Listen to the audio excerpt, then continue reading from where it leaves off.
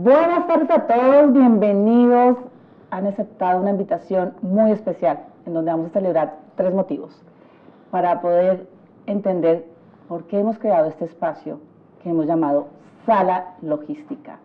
Es porque queremos tener la oportunidad de invitados especiales que quieran compartir anécdotas, historias, esa vida profesional en logística, transporte, cadena de suministro, comercio internacional, aduana, la vida en puertos, qué es vivir el comercio internacional en nuestra región, en Latinoamérica. Sabemos que nos acompañan personas de Chile, de Ecuador, de Perú, de Venezuela, de México, Colombia. Bienvenidos a Sala Logística. Tengo 3 motivos que celebrar. Vamos a estar por el canal de YouTube y por el canal de Instagram.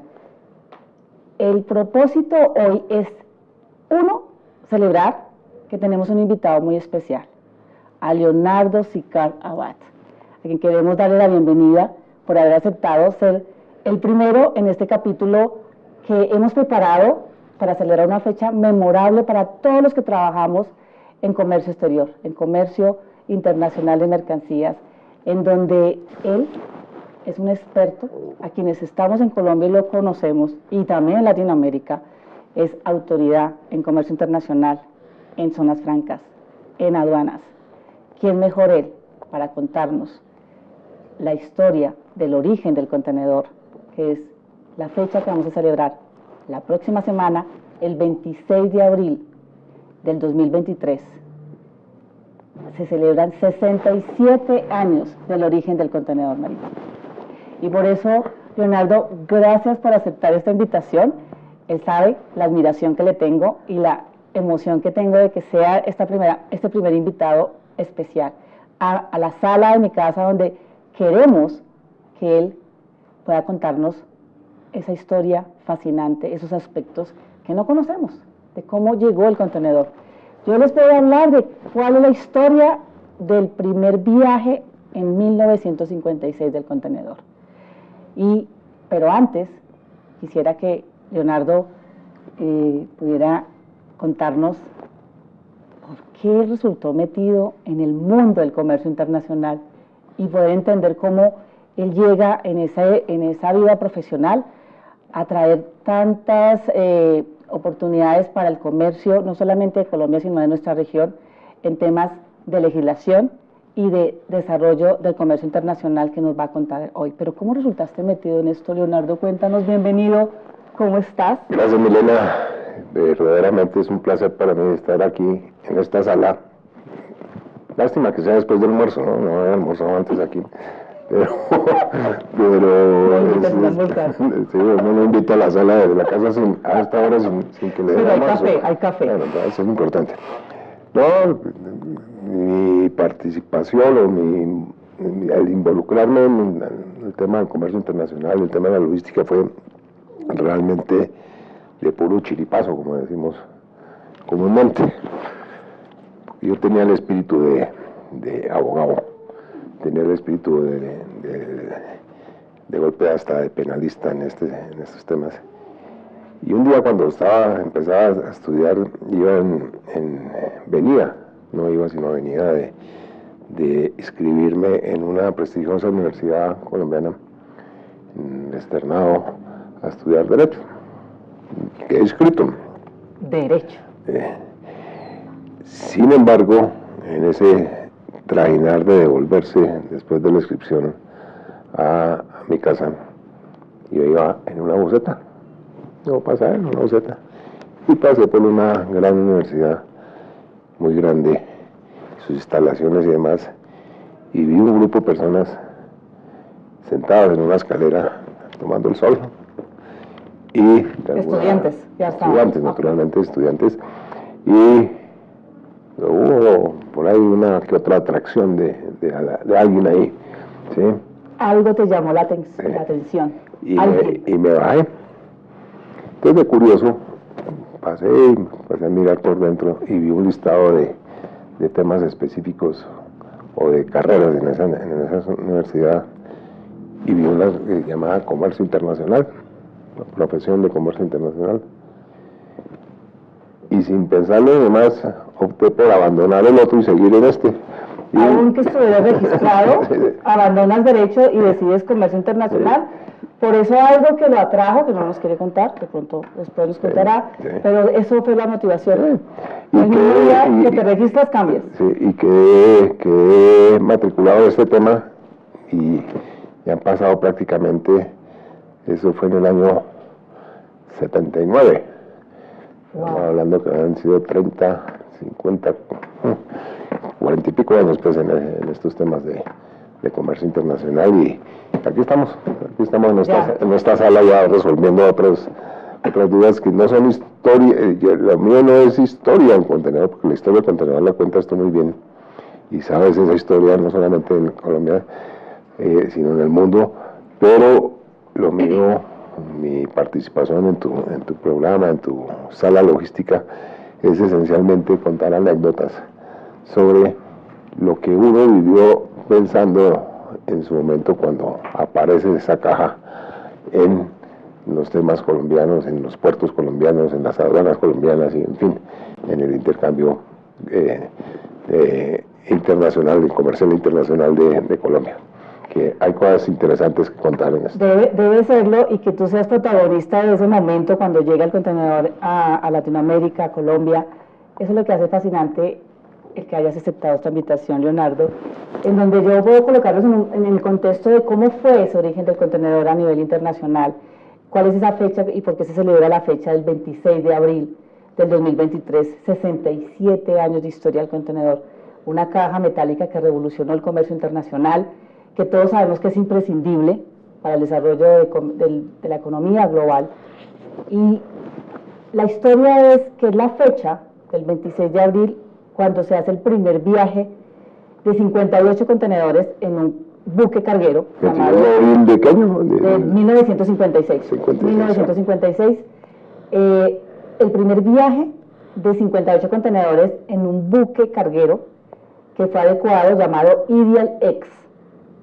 Y ese buque rompe el problema que tenía la empresa de Malcolm McLean, que ya tenía en ese entonces una flota de más de 1000 camiones, y sufría porque tenía que esperar días enteros a que los camiones estuvieran estacionados en una zona portuaria de Carolina del Norte. Ese 26 de abril logra lo impensable, y era un portacontenedor Ideal X llevando 58 contenedores en la ruta de en la ruta de New Jersey a Houston en un tiempo de tránsito de 6 días. Pero lo histórico es que se cargan los contenedores en menos de 8 horas, lo cual era un récord para el momento, porque la operación de logística en ese tiempo que sufría Malcolm McLean con su empresa era que se hacía caja por caja, bulto por bulto.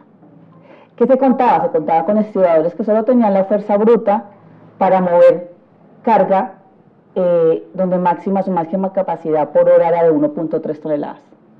Un hombro. Nada, exacto, caja por caja, bulto por bulto. Eso hacía que Malcolm McLean sufriera ese problema. El problema lleva a esa idea disruptiva en donde él dice, no puede ser que tengan que esperar tanto tiempo para que yo pueda disponer de mi camión y pueda ofrecerle el servicio a más clientes y generar más ingresos. Entonces ya viene un problema de logística sufrido por él, en donde él dice, su primera frase, es una frase que yo quisiera traer en esta sala. Leonardo, ¿tú qué piensas?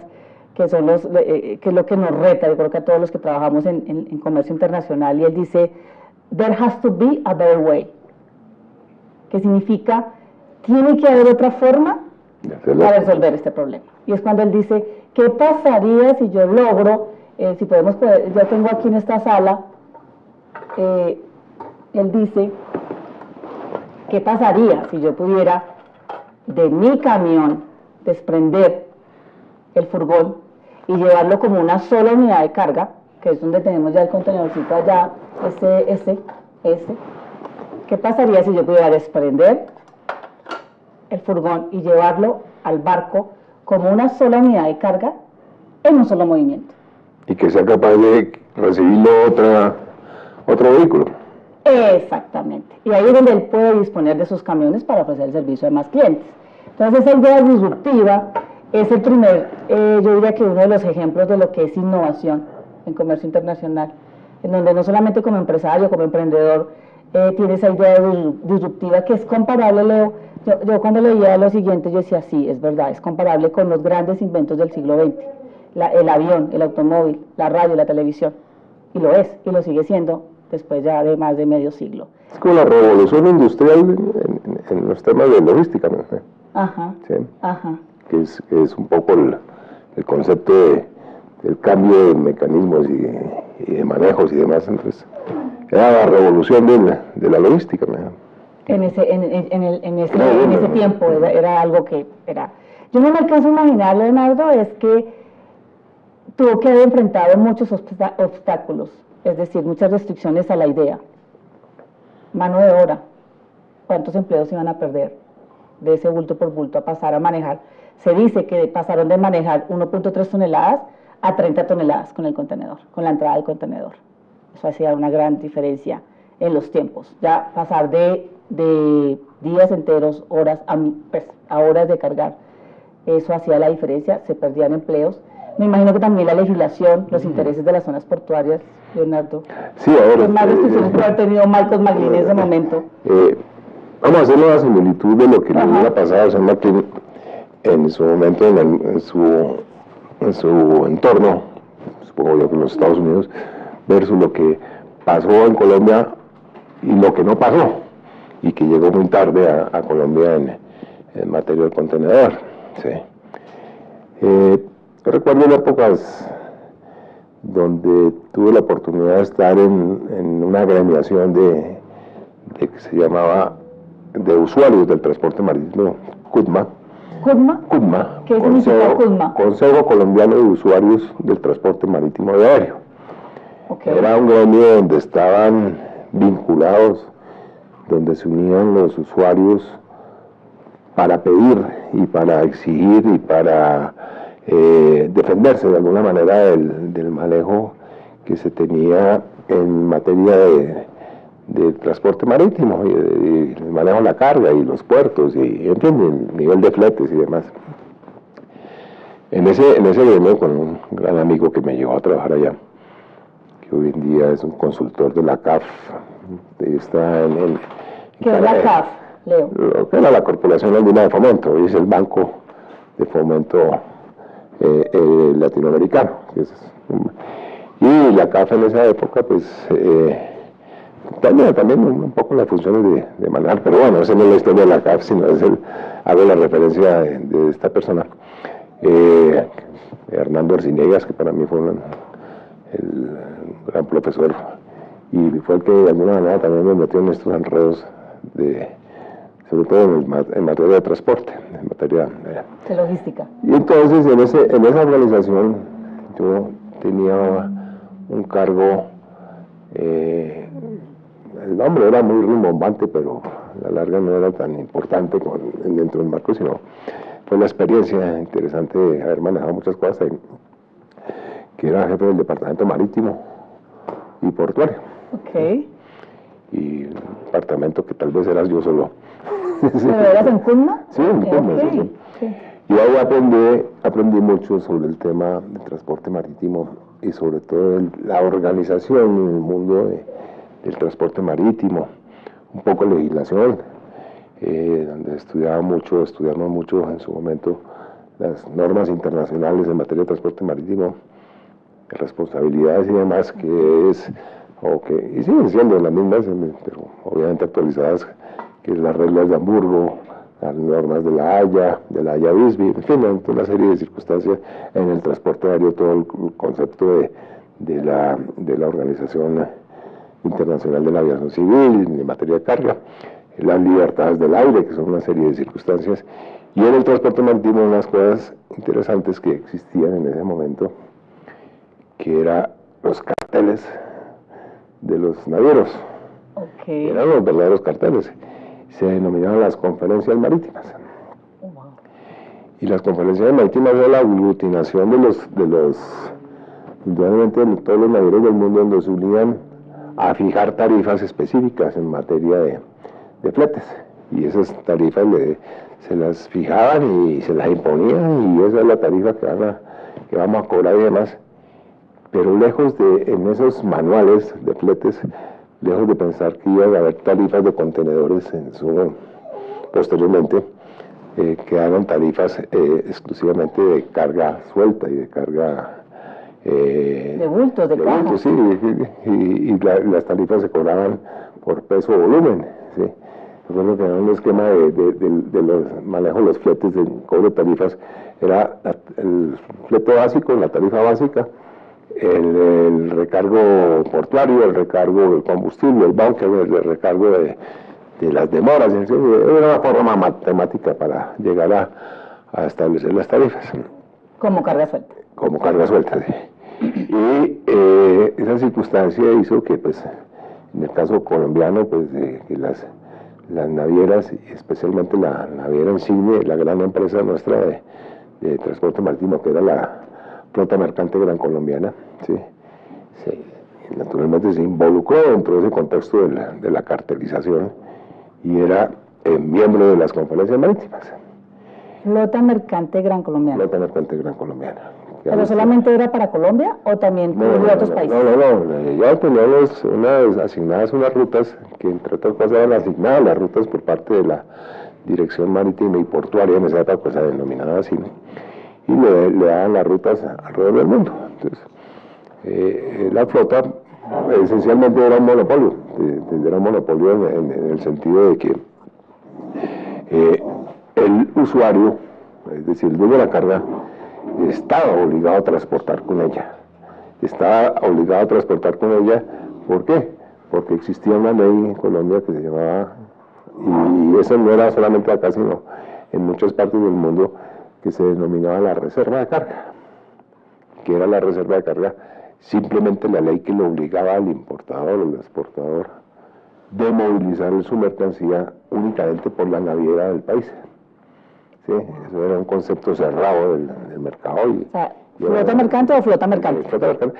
Nacieron, después de un tiempo nacieron otras compañías, como una línea grande marítima que existe en Colombia también, que es la línea Sagromar, y algunas otras pequeñas que fueron subsistiendo, pero que hoy en día pues todas han desaparecido. Si se extinguió la flota mercante, pues naturalmente las pequeñas hayan.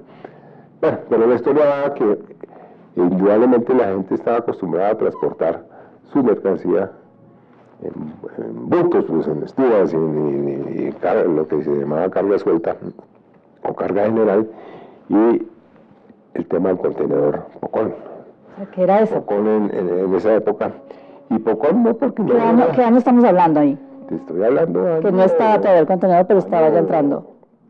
84, año 86. ¿sí? Y yo digo que en 1956. Hablemos de los años 80, por decir, ¿sí? O sea, 20 años después. Sí, 20 años del viaje de Michael McLean. ¿Y por qué el tema del contenedor en Colombia era bastante limitado y bastante desenfocado? Era tan sencillo que nuestra naviera, sus barcos no estaban preparados para utilizar contenedores. Esa era la pregunta que te iba a hacer, ¿por qué 20 años después si no teníamos contenedor? Los barcos de la flota mercante colombiana no estuvieron nunca diseñados para transportar contenedores, ¿sí? Y eran barcos, en algunas oportunidades bueno, la flota es una empresa que nació en el año 47, 48, ¿sí? Y en esa época, pues, su foco era netamente transportar café en un momento determinado, ¿sí? Pero no tenía la preparación. ¿La infraestructura? Para pensar en ese futuro, y no una planeación adecuada para pensar en ese futuro en materia de contenedores. Los barcos esencialmente se mandaban a hacer. Hay un libro recientemente escrito por alguien, un ex tripulante de la flota mercante, que cuenta esa historia muy interesante. Pero los barcos se mandaban a hacer, eran barcos polacos, ¿sí? Okay. En Polonia, y se pagaban por café. Era un intercambio. Los astilleros polacos producían los buques, pero los buques eran buques...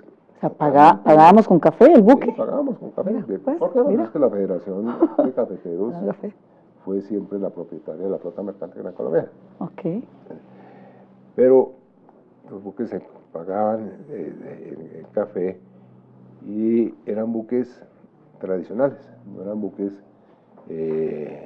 uno podría llamarlo multipropósito en un momento determinado, pero los espacios para la caja que venía saliendo eran muy limitados. Un buque de esos que podía movilizar de que 60.000 toneladas de carga general.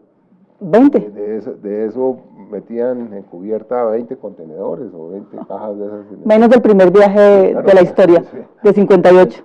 Nunca la Gran Colombiana pensó claramente en el contenedor en ese sentido.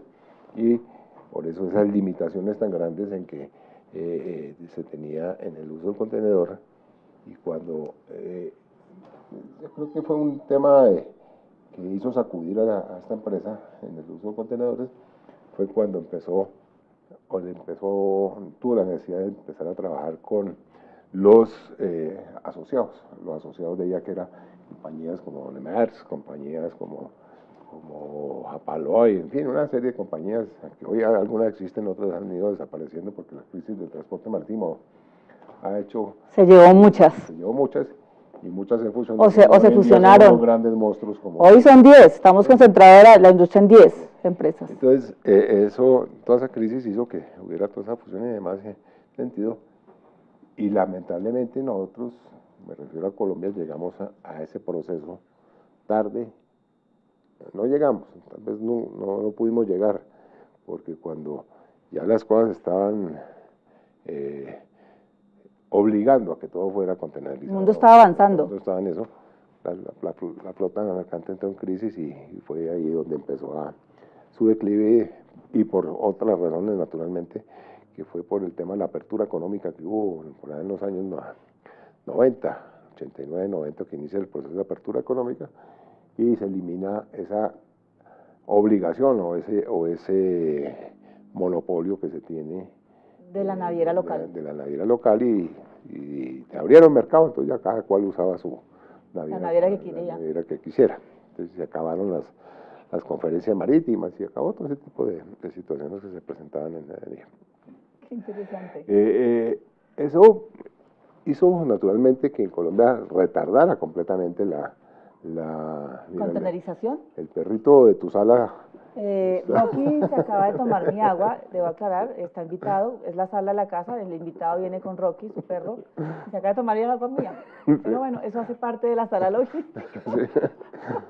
Ya, por haber dejado el vaso. El agua. Bueno, entonces, una de las consecuencias complejas en la... Rocky, no tomes más agua. Rocky, yo sé que estás invitado a mi sala, pero no que te tomaras el agua mía.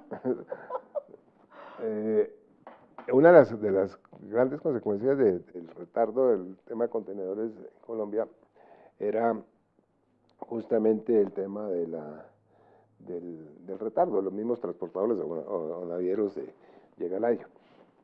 Cuando empezaron a moverse contenedores aquí, inclusive los buques de la Gran Colombiana y las navieras que llegaban acá se movían, es decir, los contenedores se descargaban era con la pluma o con el gancho del mismo buque, y no existía ese concepto de grúas pórtico y demás. Eso era no había infraestructura portuaria, nada. Entonces ahí voy al segundo punto. Ajá. El segundo punto de la demora y los problemas de ingreso del contenedor a la operación marítima colombiana, justamente no había infraestructura en los puertos.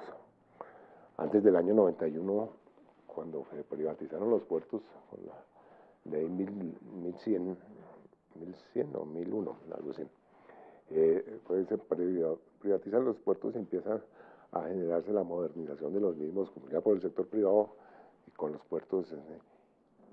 Y los puertos no tenían ni una grúa para mover contenedores. Increíble. O para descargar, por lo menos, para moverlos sí, pero para descargar del buque a la losa, al muelle, no habían grúas, era la grúa del buque, como se decía.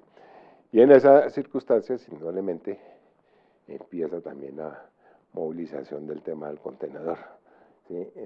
¿Por qué? Porque ya los puertos, a partir de la década de 90, empiezan a ver grúas pórtico. Por eso cuando, una cosa es simpática aquí, cuando llegó la primera grúa pórtico por allá acá, a la Sociedad Portuaria de Cartagena, que fueron... ¿Fue Cartagena la fue primera? Cartagena, sí. Claro, fue una... Un hecho histórico, algo... apoteósico, pues, sí. Y cuando en Cartagena, la Contecar, lo que hoy en día es Contecar, Sí, que era el último... terminal de contenedores. el último bien que le quedaba a la flota mercante, que era el Contecar, ¿sí? Que ese era un muelle de la flota, que después pasó a la Federación. Cuando la flota desapareció, pasó a la Federación, y la Federación se lo vendió, o se lo entregó a la Sociedad Portuaria de Cartagena. Entonces ahí empezó la revolución del contenedor En Colombia. en Colombia, en volúmenes importantes, como debería ser en eso. Pero viéndolo otra vez para atrás un poco, sí, para los años 80, 85, 86, había otro tema complicadísimo para el uso del contenedor.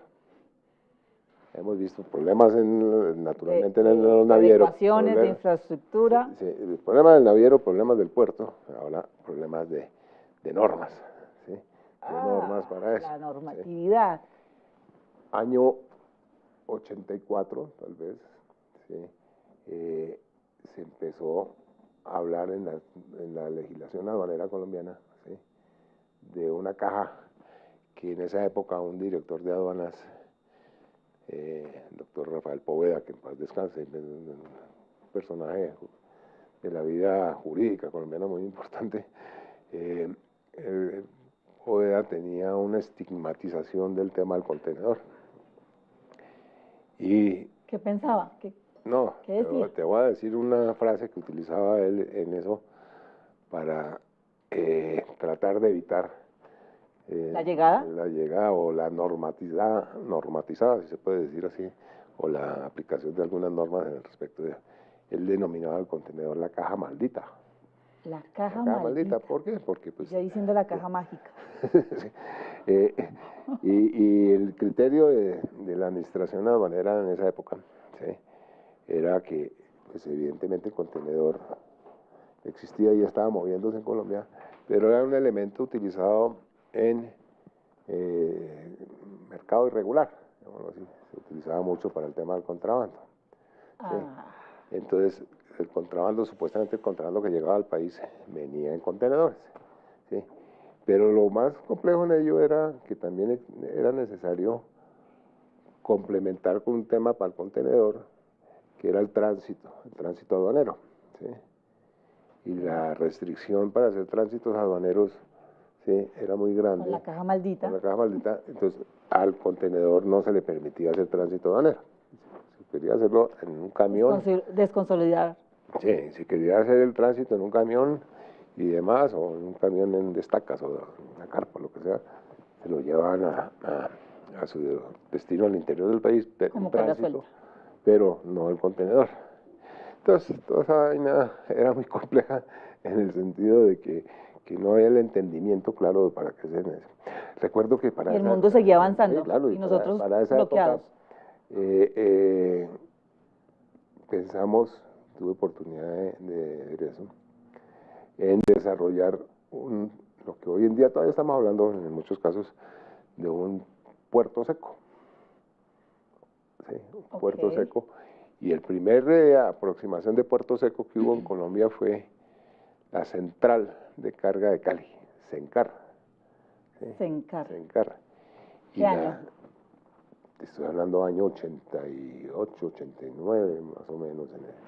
Y la central o ese puerto seco, la Cencar, que entre otras cosas era una institución oficial, porque su propietario era el antiguo INTRA, ¿sí? El Instituto Nacional de Tránsito y Transporte, ¿sí? Y era como un ente público, la Cencar. Sin embargo, lo limitaron muchísimo y queríamos desarrollar Cencar como puerto seco basado en el movimiento de carga desde Buenaventura en contenedores, ¿sí?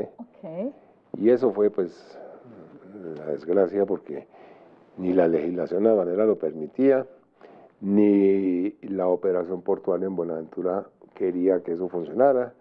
Lógicamente se iba a desplazar el trabajo que se estaba haciendo en el muelle, directamente en Buenaventura, Y al hacer el trabajo del desplazamiento, pues entonces supuestamente los trabajadores del puerto iban a quedar sin actividad, ¿sí?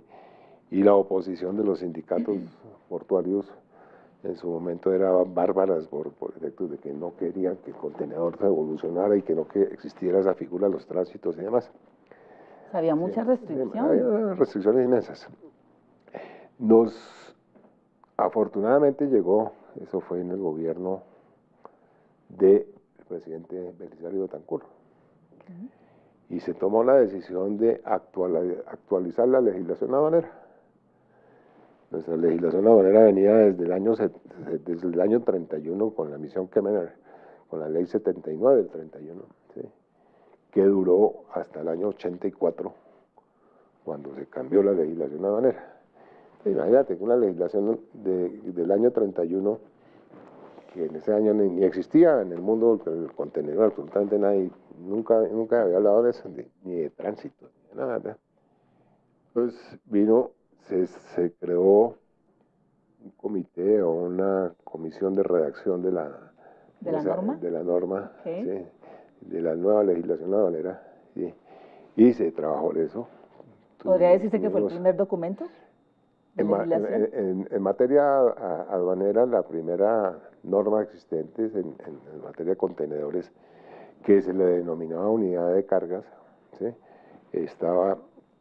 Quedó contemplada en esta norma, pero era una norma local. Sin embargo, fue tomada de modelo del convenio de Kioto, que el convenio de Kioto es el de la facilitación de comercio exterior, viene del Consejo de Cooperación Aduanera de Bruselas, y Kioto hace que esto le sugiera a las autoridades aduaneras del mundo que se modernicen. ¿Lo traen, lo implementan? Entonces, ¿no? Y ahí da las pautas de cómo debe ser la legislación y hace sugerencias. Y la legislación aduanera en esa época, año 84, se dio y se expidió un decreto que muchos de los que estamos metidos en esto lo recordamos mucho, que es el decreto 2666. 2666 del año 84. 84. Es la primera aproximación al contenedor en Colombia desde el punto de vista normativo. Y aduanero en ese sentido. 84. Y lógicamente 20 años después. También reglamentaron, o se reglamentó adecuadamente en esa época, el tema de los tránsitos aduaneros en los contenedores, y nace el concepto, del cual tú manejas mucho esos temas, en esa norma del 2666, que aquí te doy la información para que indagues un poquito cómo es el concepto del marchamos. ¿Marchamos? ¿Tú sabes qué es el marchamos? No, primera vez que escucho eso. Tú vendes marchamos. ¿Yo vendo marchamos? Tu empresa tiene algunas ventas en ese sentido, y el marchamo es el precinto aduanero. No, ¿sí? Acabo de enterar. Sí, y así se denominaba el marchamos, y era más en Latinoamérica. ¿Pero por qué se llamaba marchamos? No sé, marchamos. Así le decían a los precintos aduaneros. Pero en esa norma del 2666 se habla también ya de los precintos aduaneros. ¿Sí? Entonces empieza el contenedor, los tránsitos, los precintos, ya todo iba conjugándose en esos asuntos. Y yo tuve oportunidad, estando, como te decía, en el Consejo Colombiano de Usuarios, de trabajar en la comisión redactora del nuevo estatuto aduanero en ese año. Pelado, pues. Sí, por Dios. No sé. Y grandes amigos. Grandes ligas, Leo. Y grandes amigos que hoy en día están, que tú conoces también. Por ejemplo, Martín Ibarra. Martín Gustavo. Ramiro Ignacio Araujo. Bueno, hay una cantidad de los que por ahí andan todavía. Protagonistas de la legislación, de la redacción. Sí, y se expidió ese decreto, y bueno, no. Pasando toda esa historia, y en ese momento... Estamos hablando casi 30 años después del primer viaje, ¿no? Del tuyo, del primer viaje. De la historia, del 56, increíble. Imagínate. Y tuve la oportunidad, en ese lapsus de trabajo y demás, de volverme, involucrarme en el otro lado de la cancha. Y yo estaba como usuario, el defensor de los usuarios del naviero, y me fui a trabajar a la flota mercante de Gran Colombiana. O sea, saliste de Cudma De Cudma y me fui a la flota mercante, sí. y te fuiste a ser proveedor de servicio. A ser proveedor de servicio. El servicio de transporte marítimo. Grande empresa, maravillosa empresa, grandes amigos, que todavía hay muchos por ahí rondando, uno muy especial que tú también conoces. ¿Cayemo? Bueno, ¿Mi gran jefe? Cayemo, en Frontera Agencia Marítima. Sí. Que en paz descanse, Sí, sí, y sí. muchos, Frontera estaba Carlos Guillermo Aragón, gran protagonista del tema del contenedor en Colombia también, Gonzalo Muñoz, hoy en día el presidente de ASONAF, Flavio Chavarro, pues, bien, una cantidad de personas, que entre otras, Flavio Chavarro Sí. tuvo mucho que ver con el contenedor, pero con el contenedor refrigerado dentro de la Qué interesante, Flavio. de la empresa, de la naviera, de la colombiana. Él manejaba mucho el tema de refrigerados, y en ese momento la flota ya le tocó ir acelerando el tema del contenedor, inclusive se creó una división del contenedor. Pues ya era contenedor secos, contenedor refrigerado. Sí, se creó. Y la gran actividad que tenía la flota en contenedores no era ni transportarlos, porque no la transportaban por los buques de la flota, porque los buques de la flota no tenían capacidad para transportarla. Sí, tú sabes que el contenedor tiene un sistema como una especie de arrendamiento de un lado para el otro, y entonces lo cogen a la naviera, después lo sueltan y lo otro. Entonces, o está el tema de renting. El renting, sí. Y la flota pues se dedicó un poco a ese tema, al renting de contenedores. Como más se movía la carga como en los asociados, como las otras navieras, pues entonces... Sí, porque los contenedores no son totalmente de las navieras. No, hoy contenedores de 50% está en empresas de leasing, sí, de arrendamiento. Y los contenedores son una locura hoy en día en ese sentido.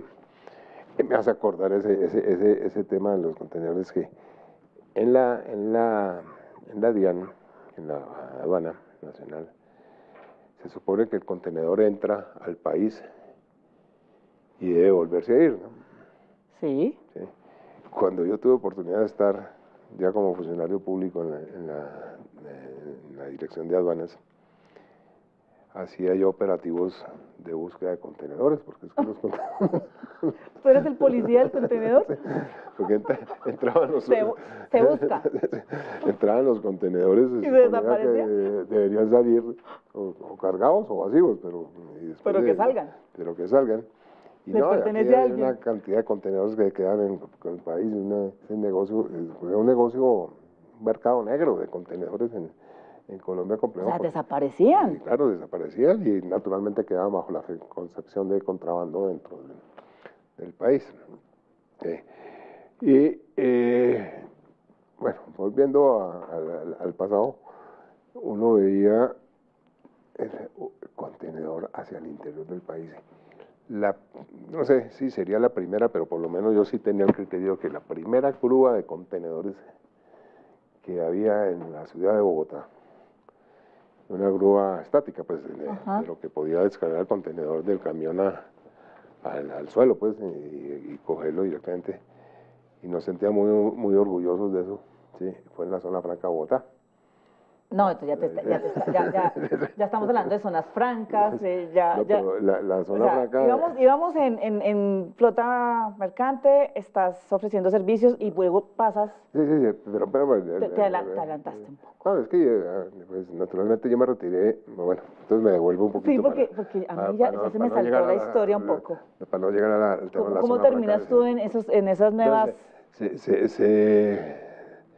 Yo estaba trabajando en la flota mercante, y por ahí algún amigo en su momento lo nombraron de director de aduanas. Y me dice, oye, acompáñeme a trabajar en la aduana nacional. Estoy hablando año 91, 92. O sea, ya estábamos en la apertura económica. Sí, ya estábamos en el presidente Gaviria. Ajá. Y entonces me fui para la aduana pensándolo mucho. Y yo, ¿qué voy a cambiar? Un trabajo tan agradable, tan bonito, y en una empresa tan chévere como la flota mercante, para irme a una institución pública. Bueno, sector privado, sector público. Con la crisis de la empresa y su tendencia a desaparecer, sí, y tomé la decisión y me fui. Y voy y le digo al presidente de la compañía en ese momento que me quería retirar, después de que me habían rotado de diferentes cargos por la crisis, había salido mucha gente de la compañía por un plan de retiro Y reestructuración. y reestructuración que estaba haciendo. ¿Sí? Entonces me tocó a mí trabajar ese plan también en un momento determinado. Y le dije al presidente de la compañía, dije, me voy, me dijo, ¿usted para dónde va? Le conté, no, voy para La Habana. Entonces me dijo, bueno, váyase, pero yo le voy a pedir un favor.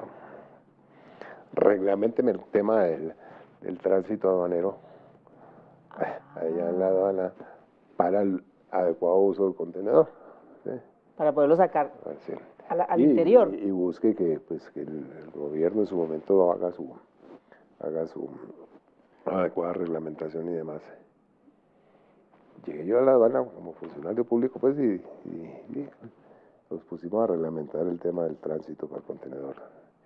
Y expedimos con el director de la aduana nacional en ese momento, que era Mauricio Villegas, expedimos, compañero nuestro en la universidad, entre otras cosas, expedimos una resolución que todavía está dando guerra por ahí, porque la resolución 3333, era la primera resolución. ¿De qué año? ¿91 no? El año, de 91, 92, algo así. 33, 33. Sí. Ah, no, 333. 33, 33. Ok. Y era la primera resolución que venía prácticamente a reglamentar el 2666 que te había contado hace un rato, el nuevo estatuto de aduanas donde hablaba de contenedores y de tránsitos. Esa resolución estaba reglamentando ese decreto. Y ya ahí se estableció cómo procedimentalmente debería ser el desplazamiento del contenedor por un tránsito aduanero. O sea, que duramos como 6 años sin poder traer contenedores al interior. Con una concepción de que el contenedor era complicado de manejar, entonces era mejor dejarlo en el puerto y no traerlo al interior. ¿Sí? Ok. Pero bueno, se reglamentó y salió esa. Desafortunadamente vino la liquidación de la Gran Colombiana, ¿sí? ¿Que fue en qué año más o menos? Que se acaba la flota mercante Gran Colombiana. 95. Eso fue un proceso interesante de ver, porque no es que se hubiera acabado, sino se le vende la Gran Colombiana, la compró TMM, Transportación Marítima Mexicana. Ok. ¿Sí?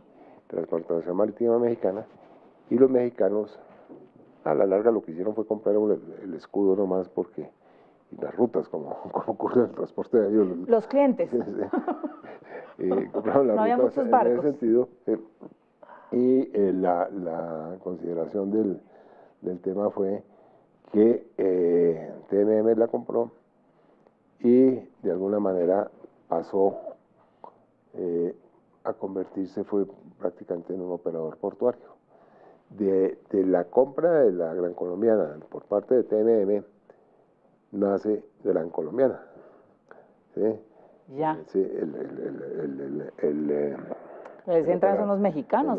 Sí. Ajá. Entonces, el operador portuario, Gran Portuaria, perdón, no Gran Colombiana, sino Gran Portuaria, que entra a manejar el tema de operación portuaria, y los barcos se acabaron, se vendieron todos los barcos y todo, entonces no volvió a haber naviera en Colombia en ese sentido, con la tristeza que eso causaba, porque pues semejante empresa tan grande, y llegó un momento que tenía 34 barcos, 30, 40 barcos, y era gigantesco el tema. Pero yo creo que la crisis de la Gran Colombiana inicia con la aparición del contenedor, ¿sí? Y no están preparados. Sí, por eso. Sí. Y no haber planeado. Y la visión de que eso iba a ser el comercio internacional. No haber planeado el asunto, y en eso se complicó.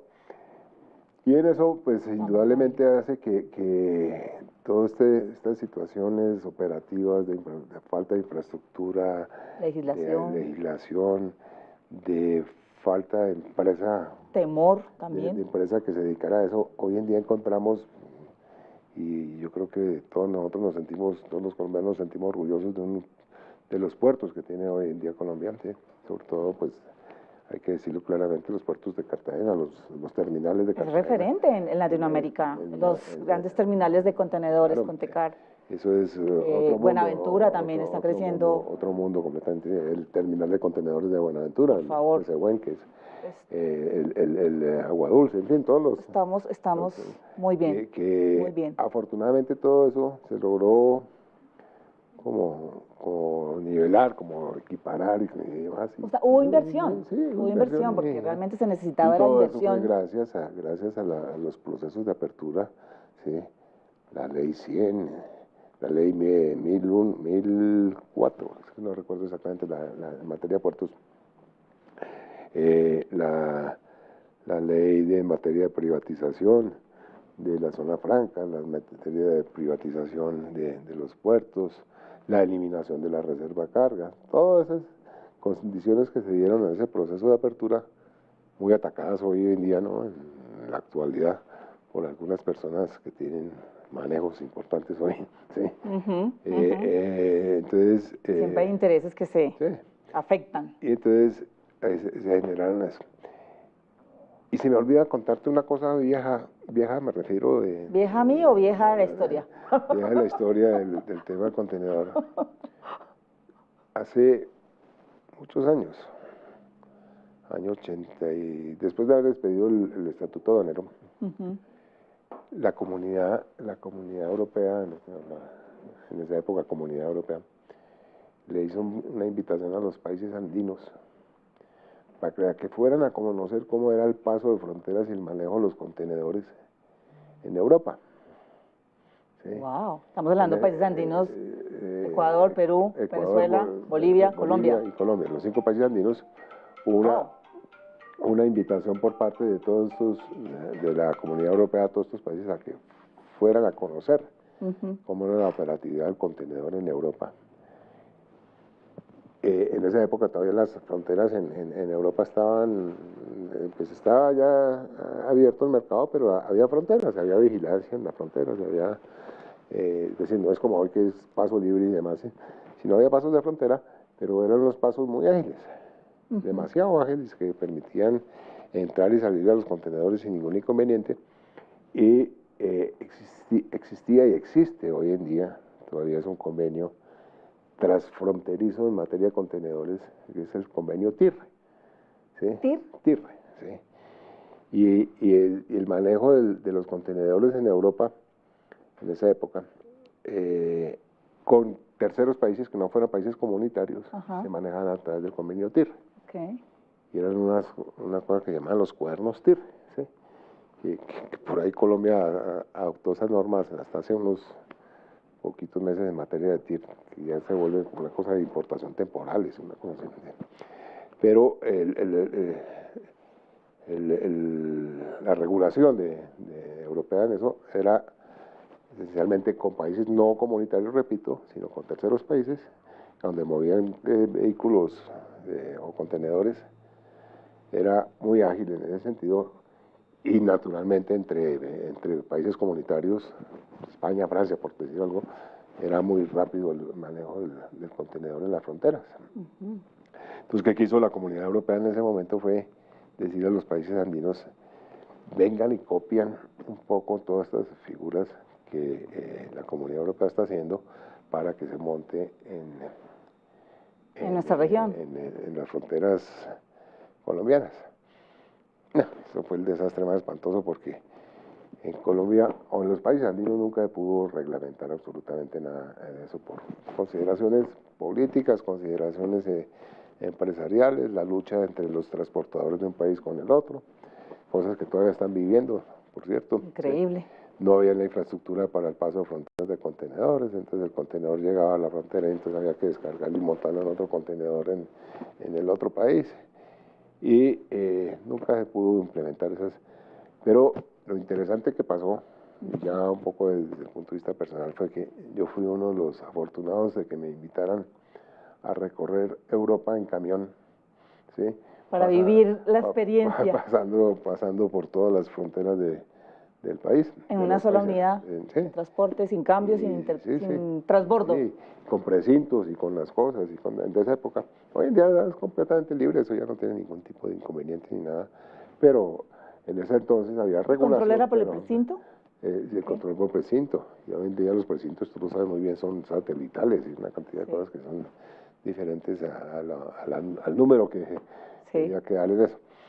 El ingreso a los puertos y demás, eso era con libros, y hoy en día todo es digitalizado y con lectores, escáner y todas esas cosas, lo que es completamente, o era completamente arcaico en esa época, de golpe es lo moderno nuestro en ese entonces.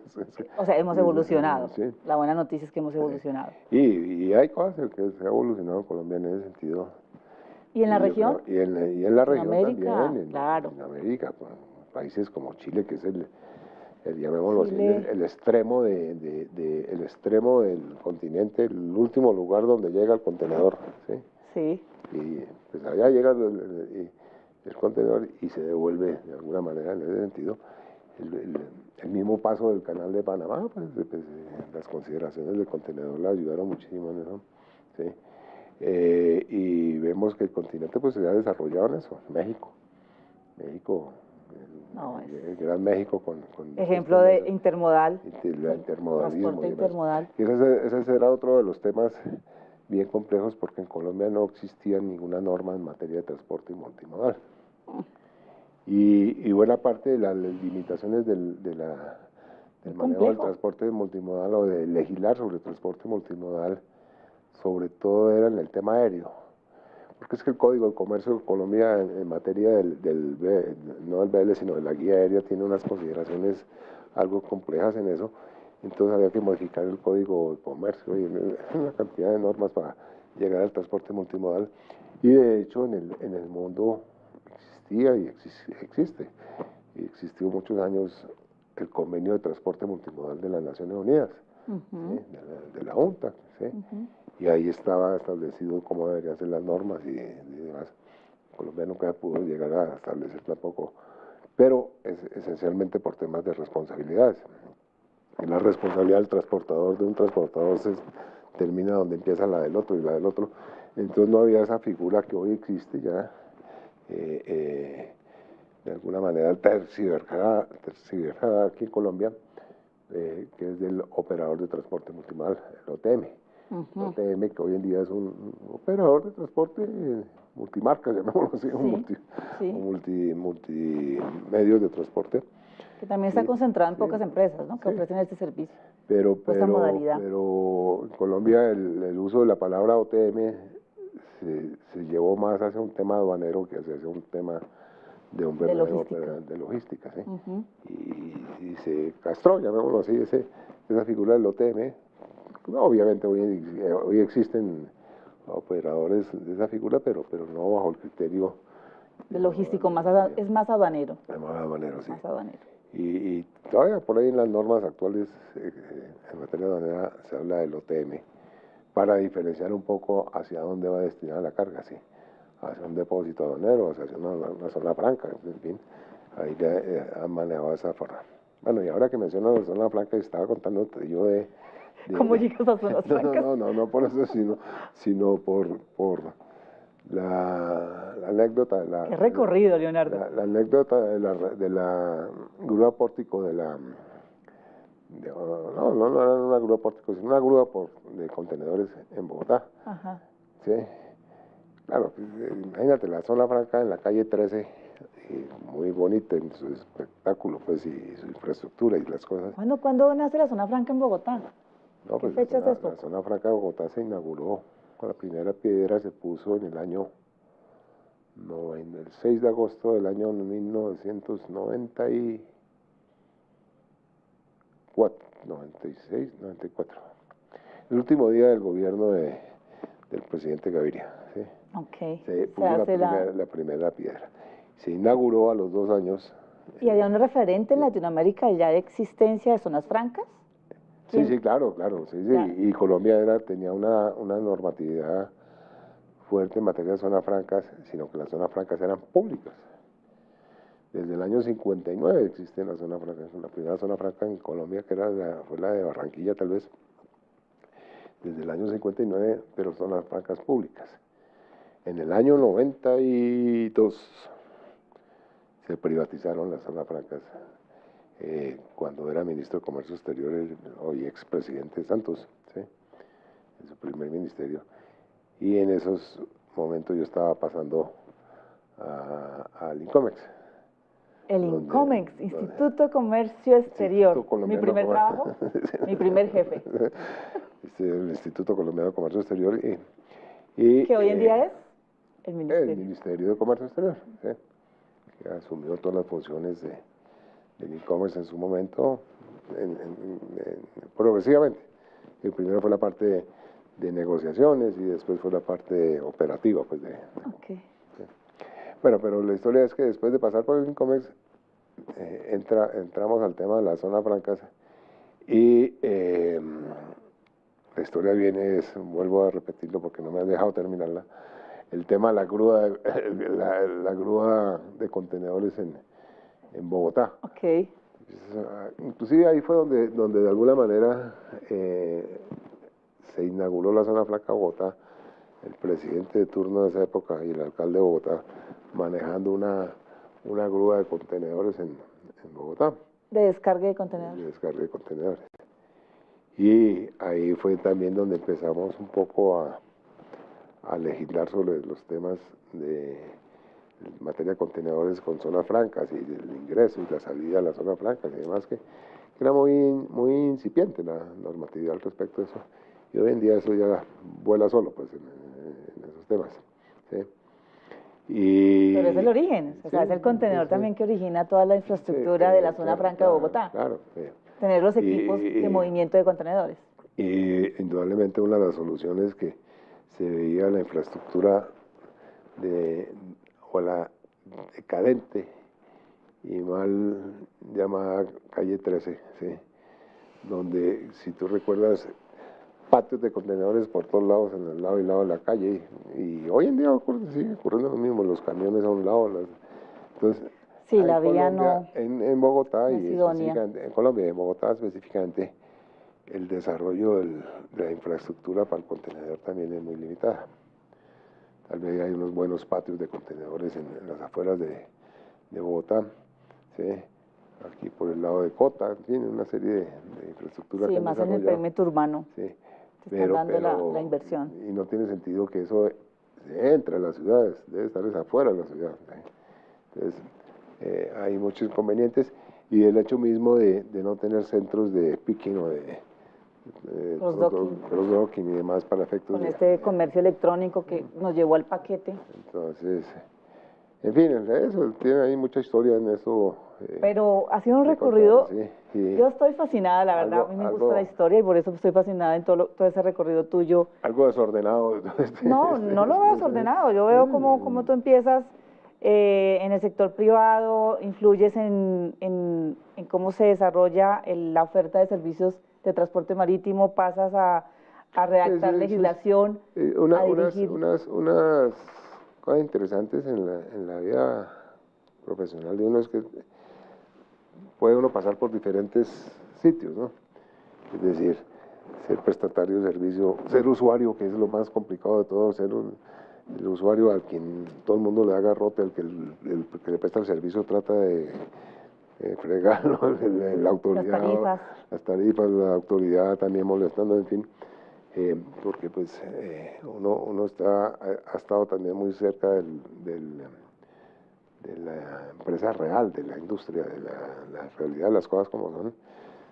Ha estado por el lado de autoridad, ha estado por el lado de prestatario de servicios, ha estado por el lado del sector gremial, que también es bastante complejo y difícil de manejar, ¿sí? Hoy en día tenemos una gran asociación en materia de comercio exterior, que es Analdex, que es nuestros comunes amigos, ¿no? Que tiene una Asociación Nacional de Exportadores, Analdex. No, Analdex inclusive cambió la concepción del exportador de comercio. Ya es usuarios de comercio exterior. Asociación Nacional de Comercio Internacional, porque ese era otro tema en épocas viejas. Importar era malo, ¿sí? Importar no era bien visto, ¿sí? Claro. ¿Por qué? En algunas épocas por la amenaza no, el déficit de la balanza y naturalmente la amenaza a la industria nacional y demás, el proteccionismo y demás. Pero importar es tan importante como exportar. ¿Sí? Es que no todo lo podemos producir, tiene que haber eso, una balanza. Sí. Pero pues estamos desbalanceados, pero... Y lo que más me interesa, o me gusta, no me interesa, me gusta de este momento es ver personas como eres tú, Milena, dedicadas a esa caja, que ya no es la caja maldita de otras épocas. Yo soy un poquito obsesiva con la caja, mira, caja metálica. Esa caja que tú ya dominas perfectamente y sí, tienes yo adoro esta cajita. cómo desarrollarla. ¿Sí?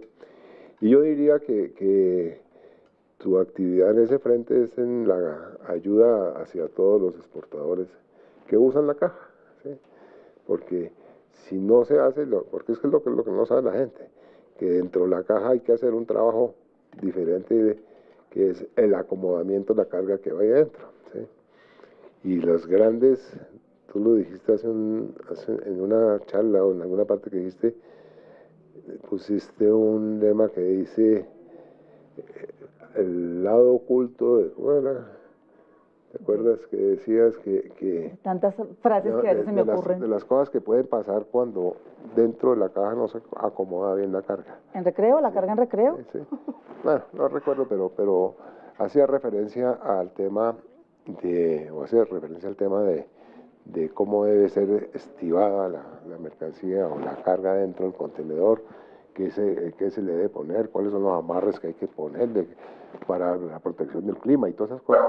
Que tú eres experta, indudablemente está bastante desarrollada tu actividad y estás en el futuro de la caja, en el futuro del contenedor. Pero mira que hablando del futuro, y ya desafortunadamente el tiempo con esta historia fascinante se nos empieza a agotar, pero yo sí quisiera, Leonardo, pues en todo ese recorrido de historia, a mí en lo personal me ha parecido fascinante, y muchas cosas que yo desconocía, y eso fui parte de esos funcionarios de Incomex, en su momento donde teníamos, me acuerdo por la apertura económica, se estableció, dirigido por ti, las primeras cartillas de cómo importar y cómo exportar. Yo fui parte de esa redacción de esas cartillas.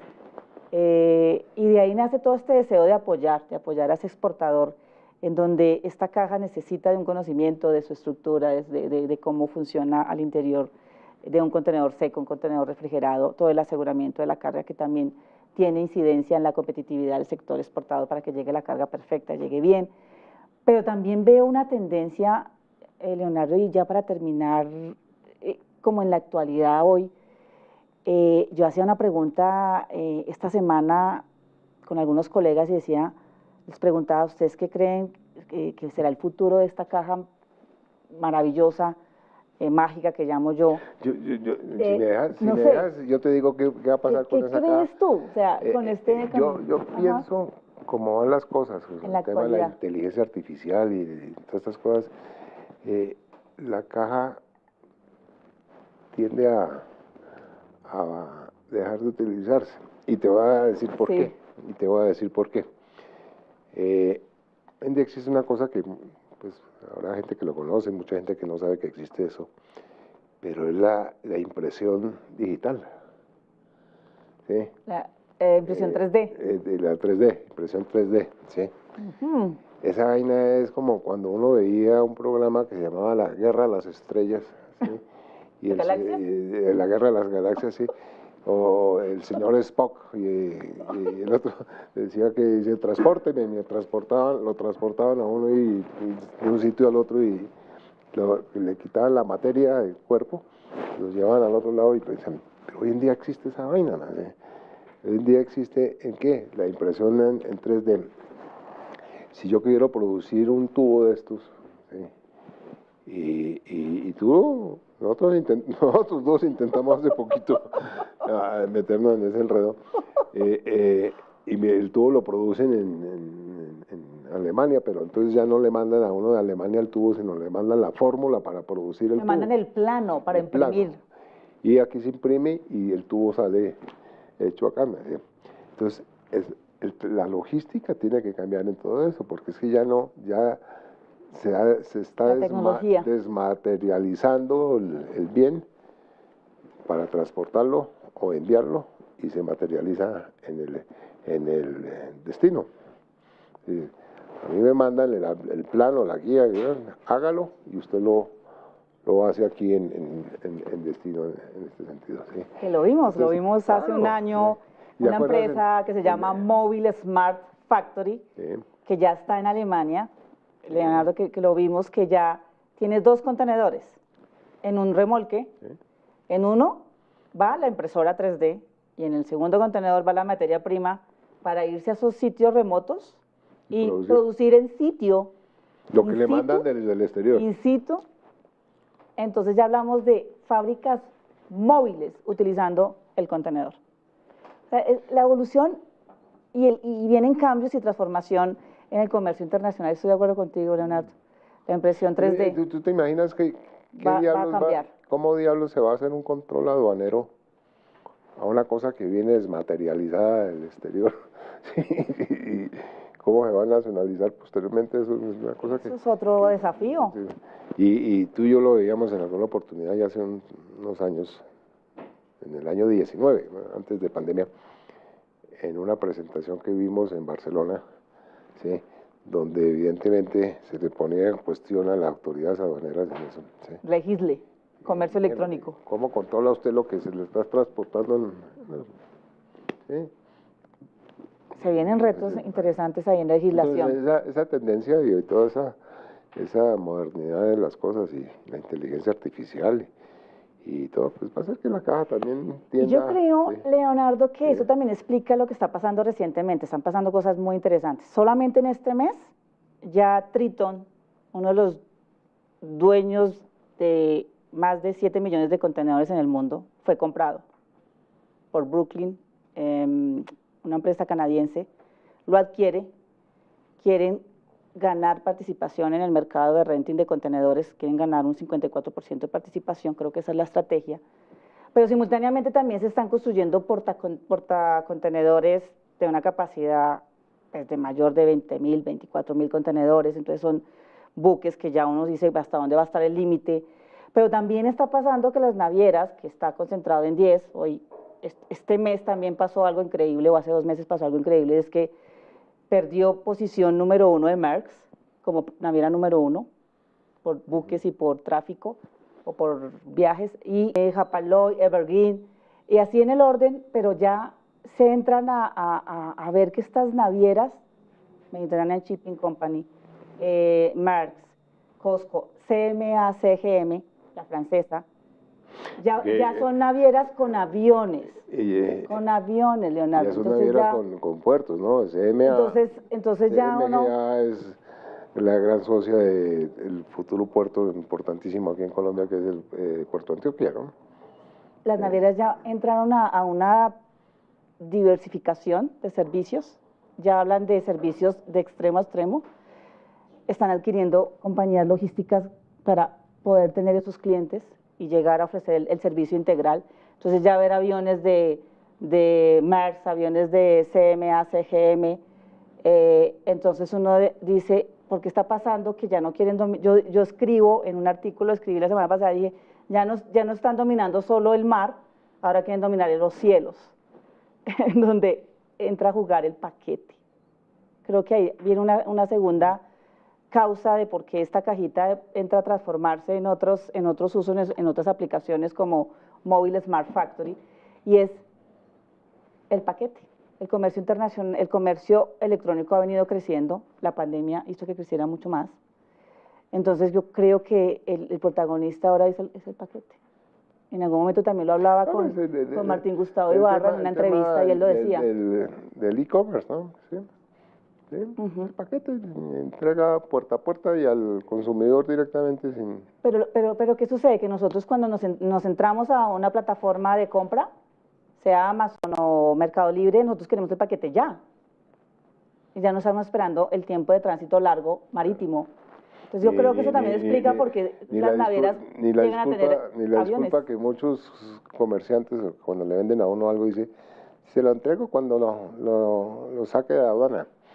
Porque todo está metido en la aduana, entonces, sí, cuando lo saque, Sí, cuando lo sí, nacionalice, ¿no? Entonces, sí, sí. tú vas a comprar un vehículo y dices, sí, está en puerto, están nacionalizando, ¿sí? Ya no. Ya eso no Ya pasa. lo quiero ver en la puerta. Claro. Y lo quiero ya, lo quiero mañana. Entonces creo que si viene una evolución, además del crecimiento de la población, hoy somos 8.000 millones de personas. ¿Cuántas personas vamos a estar en el 2030, en el 2050? Este crecimiento de la población nos lleva a una mayor demanda. Entonces creo que entra a jugar paralelamente el transporte marítimo, sí o sí se mantiene, claro, hay la necesidad de transportar materias primas, productos que se necesitan de forma masiva, volumen. Por eso indudablemente la pregunta que tú Sí. me haces de que qué pienso que va a ¿Qué pasar piensas? con esto, es desde una transformación total. No lo vamos a ver como existe hoy, ¿verdad? ¿O qué? Yo creo No que sé. tú y yo no alcanzamos, pero... ¿Qué tal? ¿Qué tal? Tú y yo no alcanzamos, o sea, ¿verdad? Pero pues, Creo que nuestros no, pero hijos sí, y creo que no. nuestros hijos y nuestros nietos verán Estarán unas imprimiendo cosas. sus cositas ahí en la casa. Claro, ya no hay Como lo necesidad quieren. ni de transportarse, sino lo desmaterializan a uno y lo mandan. Sí, sí. Pero vamos a ver. Pero ya las navieras ya no son solo transporte marítimo, son operadores logísticos integrales de extremo a extremo, adquiriendo grandes plataformas logísticas, móviles Smart Factory llevando el concepto de fábricas móviles, impresión 3D, inteligencia artificial. No sé, es fascinante lo que está pasando en tan corto tiempo. Y bueno, ¿qué va a pasar? Bueno que en esta sala tengas, ahora que inicies todo Esta sala, primer capítulo. este tema. ¿Quién va a estar en el segundo capítulo, Leonardo, de Sala Logística? Pensemos en gente que está metida ya en ese futuro inmediato. Sí, y allá es donde tienes que llevar esto, no es una sala para el futuro, no una sala ni para el pasado ni para el presente. Ay, pero teníamos que estar en el pasado para saber, para entender el futuro, Sí. el presente y el futuro. Pero, Entonces, ¿quién? ¿no? Interesante que nos escriban ahí en comentarios, ya aprovechando estos canales de YouTube, de Instagram, que sabemos que hay muchas personas acompañándonos porque están interesados en esta historia fascinante contada por Leonardo. Pero también es interesante actualizarnos y saber, ¿verdad?, para dónde vamos. ¿A quién se les ocurre que invitemos en el segundo capítulo de Sala Logística en este lugar que, si se dan cuenta, es muy ameno, es muy de amigos, de partners, de colegas que queremos entender nuestro presente y nuestro futuro como logísticos, como profesionales en la cadena de suministro, ver crecer la región. Creo que también viene un reto para nosotros, Leonardo, y es ver que sí estamos muy estancados en exportaciones. A mí me gustaría, ya para terminar, en exportaciones, ¿tú cómo ves a la región, a Colombia? No me pongas a hablar ahorita de eso porque... Sería otro capítulo, ¿verdad? Sería otro capítulo. Es verdad, Sí, es verdad. Pero mira, con esa pregunta quiero decirte, son muchos temas los que podemos tratar en Sala Logística, por eso yo quisiera ya decirte gracias, Leonardo, por aceptar esta invitación. Reitero mi agradecimiento porque personas como tú, y pueden haber más, como dices tú, profesionales que puedan estar en este espacio, compartir amigos, muchísima gente. muchas anécdotas, mucho que contar y también que proyectar para conocer esa actualidad de primera mano de los expertos, de los que están realmente viviendo la historia del comercio internacional en nuestra región, en Latinoamérica, en Colombia. A todos, gracias por acompañarnos en este espacio, gracias por dedicarnos esta tarde a nosotros para escucharnos en esta sala. Bienvenidos una vez por mes, estamos pensando en tener un invitado como tú, Leonardo. Anímense, escríbanos a quién quieren ver en el segundo capítulo de Sala Logística, porque todos debemos unirnos para trabajar por el desarrollo del comercio internacional en esta economía cambiante, en esta evolución y transformación que se viene, como bien lo dice Leonardo. Gracias, Milena, muy querida, y aquí estaremos, si no como invitados, sí como allá en la trastienda viendo al invitado.